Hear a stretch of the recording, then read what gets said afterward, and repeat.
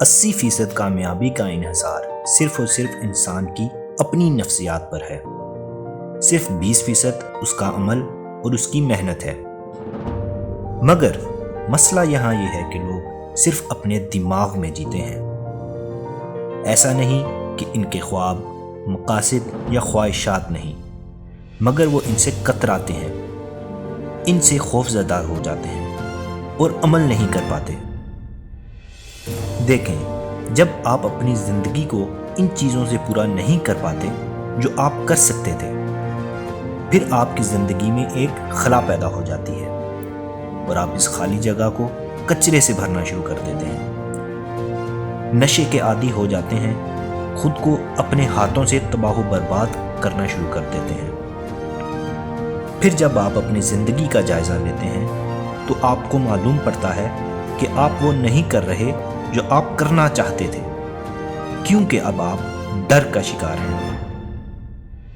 اب آپ کو جب زمانے سے کوئی اپریسیشن یا ایکسیپٹنس نہیں مل پاتی جو آپ کو ملنی چاہیے تھی، پھر آپ خود کو کوسنے پہ مجبور ہو جاتے ہیں۔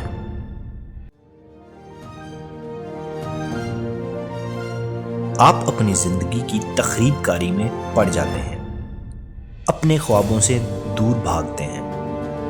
آپ کو معلوم ہی نہیں ہوتا کہ آپ اپنے ہی خلاف جنگ لڑ رہے ہیں اور آپ اپنے ہی سب سے بڑے دشمن بن جاتے ہیں۔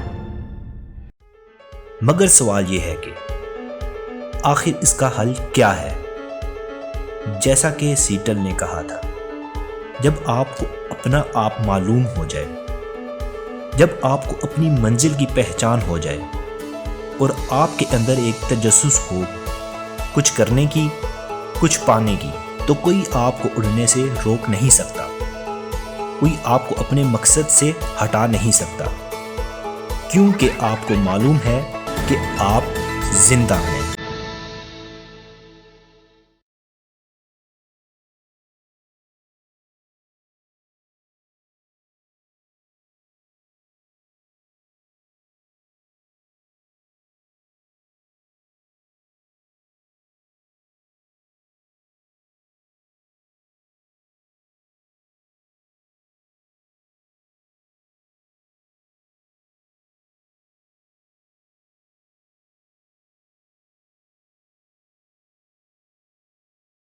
ہم سب کو ایک منزل کی ضرورت ہے، کیونکہ منزل ہی زندگی کو مقصد دیتی ہے، اور یہی منزل آپ کی جستجو، سکون اور خوشی کا باعث بنتی ہے، کیونکہ اب آپ کو اپنے راستے کا علم ہے اور آپ جانتے ہیں کہ وہاں پہنچنا ہے۔ اب آپ ان چیزوں پہ عمل کرتے ہیں جو آپ کو آپ کی منزل تک پہنچاتی ہیں، اور ان چیزوں کو رد کرتے ہیں جو آپ کے راستے کی رکاوٹ بنتے ہیں۔